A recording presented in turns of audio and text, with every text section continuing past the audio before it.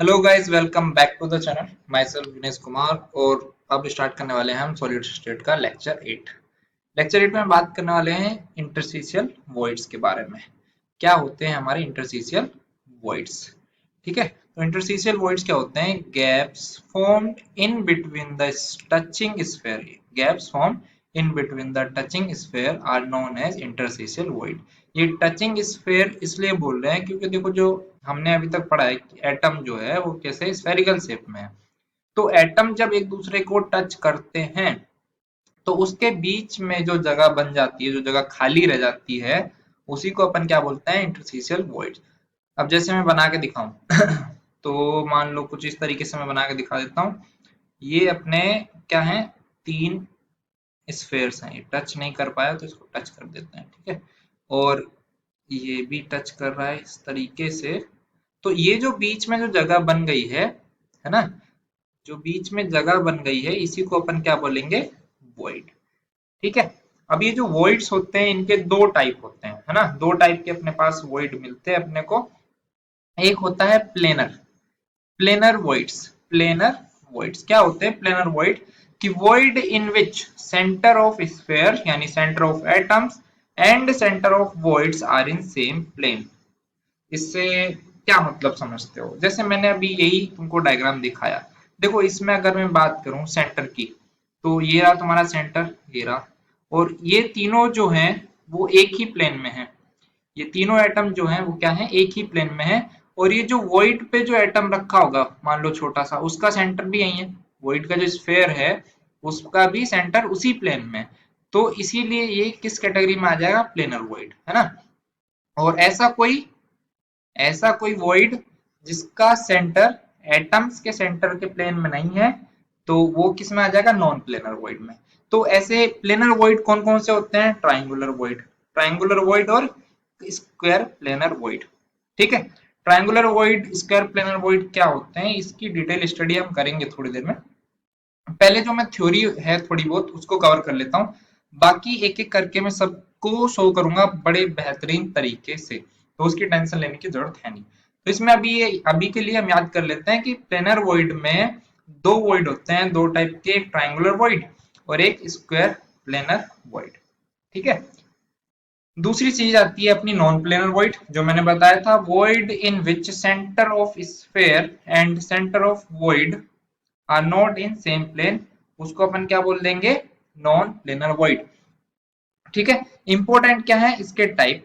Tetrahedral void होता है, octahedral void होता है और क्यूबिकल वॉइड होते हैं। तीन टाइप होते हैं। अब अपन क्या करेंगे? अब अपन इनके जितने भी वॉइड हमने पढ़े हैं सबके लिए क्या करेंगे? एक एक को डिटेल स्टडी करेंगे। डिटेल स्टडी करने का एक सबसे बेहतरीन तरीका है, हम क्या करते हैं, इनको रेडियस रेशो निकालते हैं। अब ये बोलोगे सर रेडियस रेशो है क्या? देखो, रेडियस रेशो, रेडियस रेशो से इतना तो पता चल रहा होगा कि रेडियस का कुछ लेना देना है, और रेशो से मतलब उनका रेशो लेना है। सिंपल सी बात है। जैसे मैंने ऊपर दिखाया था कि देखो, ये दो एटम एक दूसरे को टच कर रहे हैं। मान लो तीन है, ठीक है। तीन एटम एक दूसरे को टच कर रहे हैं और एटम सिमिलर है, तो रेडियस अगर इसकी आर है तो इसकी भी आर होगी और इसकी भी रेडियस आर होगी। ठीक है। अब मैं क्या करता हूं, इनके बीच में एक जो खाली स्पेस है वहां पर भी एटम आएगा। ठीक है। ये छोटा जो है, जो वॉइड में जो एटम रखा है उसकी रेडियस में मान लेता हूँ स्मॉल आर। ठीक। अब क्या रेडियस रेशो क्या होता है कि radius of void divided by radius of atom, इसी को हम बोलते हैं radius ratio of the void. ठीक। अब मैं एक क्वेश्चन लिखता हूं। क्वेश्चन क्वेश्चन ये है, हमने पतला वाला ले लिया तो क्वेश्चन दोबारा लिख लेते हैं। क्वेश्चन ये है कि calculate calculate radius ratio, calculate radius ratio, या फिर इसको मैं लिख सकता हूं रेशो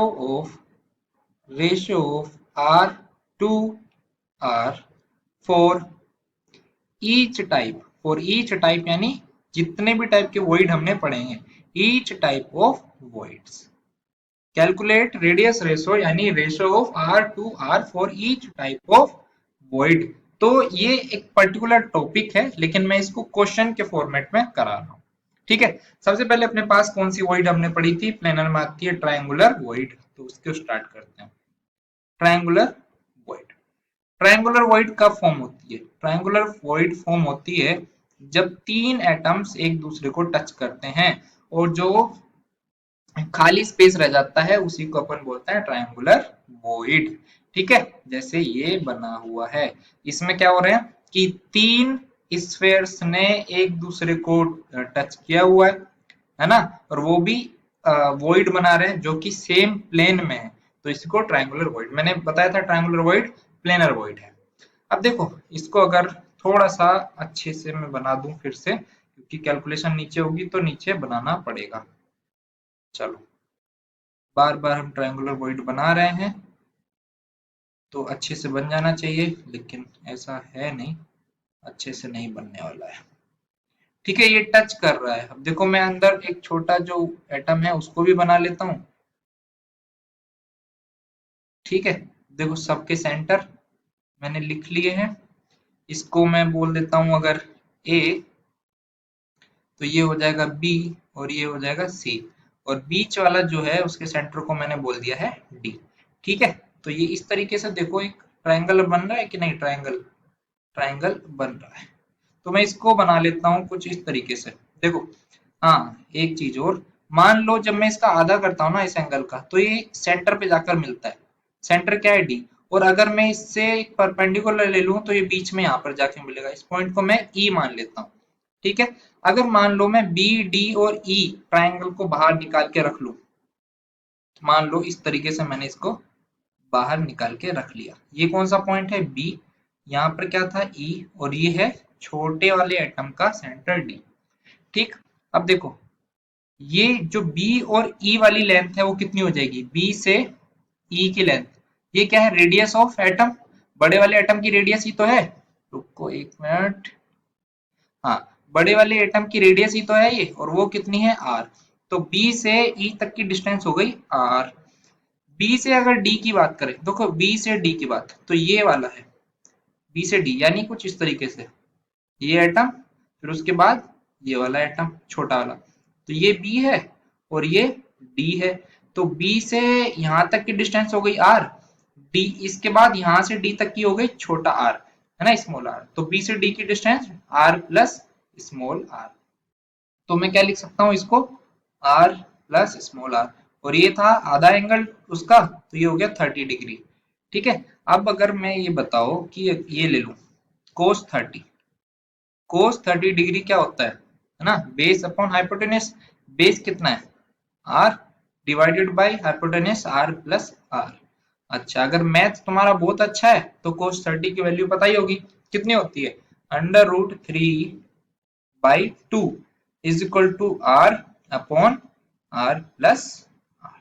ठीक, √3/2 is equal to R upon R. अगर इसको शॉर्ट में लिखो, देखो आर से अगर मैं डिवाइड कर दूं तो ये हो जाएगा √3/2 is equal to 1 plus r by R. ठीक है, 1 प्लस आर बाई आर, ये हो जाएगी अपनी वैल्यू।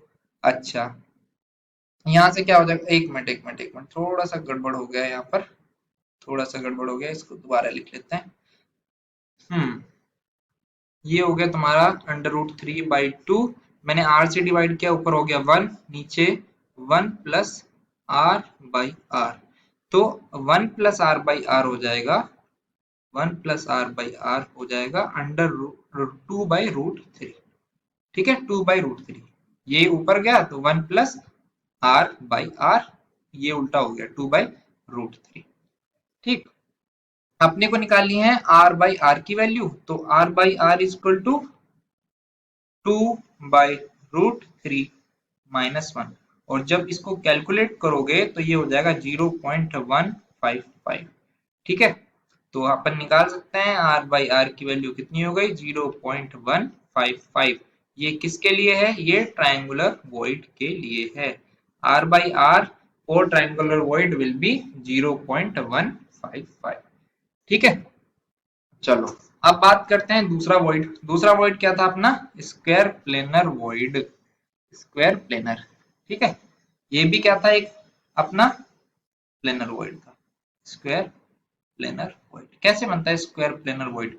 स्क्वायर प्लेनर स्ट्रक्चर देखिए कभी, अरे हाइब्रिडाइजेशन पढ़ा होगा केमिकल बॉन्डिंग में, तो कितनी बार तो बनाते हैं हम स्क्वायर प्लेनर स्ट्रक्चर। तो देखो इस तरीके से बनता है, एक एटम हो गया, चार एटम से मिलकर अपना स्क्वायर प्लेनर बनता है, दो, तीन और फिर चार।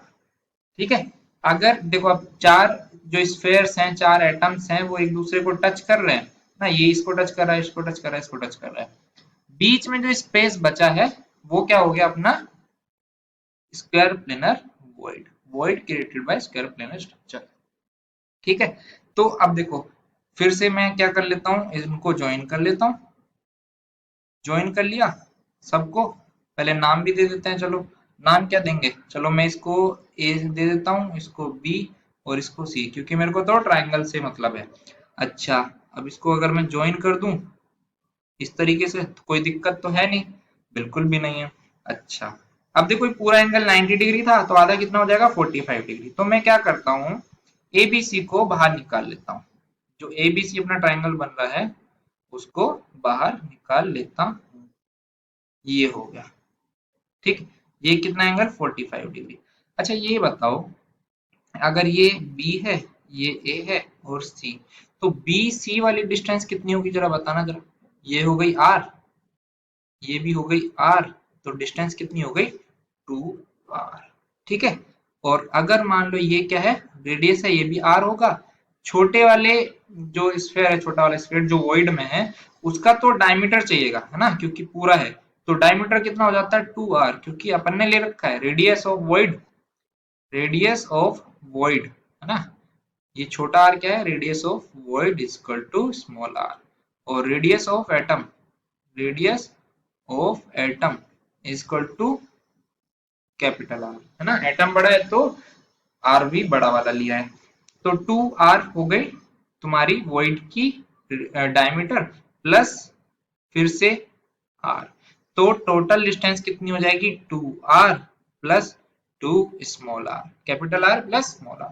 अच्छा, फिर से वही करना है, कोस का 45 लगा दो, cos 45 degree is equal to क्या होता है, base upon hypotenuse 2r upon 2r plus 2 small r। ठीक है, दो से दो कट जाएगा, ये हो जाएगा 1/√2 is equal to r upon r plus r। अपने को वैल्यू किसकी निकालनी है, r/r की, small r upon capital R। तो मैं क्या करता हूँ, इसको 1/√2 लिखता हूँ, है ना, ऊपर, तो ऊपर और नीचे दोनों जगह r से डिवाइड कर देते हैं, तो r से डिवाइड कर देंगे, ये हो जाएगा 1/1 प्लस r/r। तो इसको अगर ऊपर पहुंचाएंगे हम, तो ये √2 को भी ऊपर ले जाना पड़ेगा, तो 1 प्लस r/r, ये कितना हो जाएगा √2 के बराबर। ठीक है, यानी r/r इज इक्वल टू कितना हो गया, √2 माइनस 1। अब √2 की वैल्यू किसको पता है, जल्दी बताओ, r/r, √2 यानी 1.414 माइनस 1, यानी r/r की वैल्यू आ गई अपनी 0.414। ठीक है, तो radius ratio for square planar void is equal to 0.414। ये किसके लिए हो गया, स्क्वायर प्लेनर वॉइड। समझे, इसका मतलब क्या है, ट्रायंगुलर वॉइड अच्छा है कि स्क्वायर प्लेनर वॉइड अच्छा है पैकिंग के लिए, पैकिंग के लिए पूछ रहा हूँ मैं। देखो ट्रायंगुलर वॉइड में जब अपन तीन एटम को रख रहे थे, तो स्पेस, यानी कि देखो आर क्या है, आर रेडियस ऑफ वॉइड, ये रेडियस ऑफ एटम, यानी कि रेडियस ऑफ वॉइड कितनी हो गई, इन अगर हम ये आर ले रहे हैं, ये 0.155 आ रहा है, तो रेडियस क्या हो जाएगा in comparison to square planar void. देखो इसका ऐसे समझो, मैंने एक जगह लिखा हुआ है r/r इक्वल टू 0.155 और ये है r/r इक्वल टू 0.414, यानी यहाँ पर r क्या रही होगी, यहाँ पर r क्या रही होगी, बड़ी रही होगी, तभी तो ये वैल्यू बड़ी आई है, यानी कि ये जो वॉइड है, ये जो वॉइड है, ये क्या रहा होगा, बड़ा रहा होगा, मतलब कि अपना जो स्पेस है, स्पेस है वो क्या है, कम भरा है।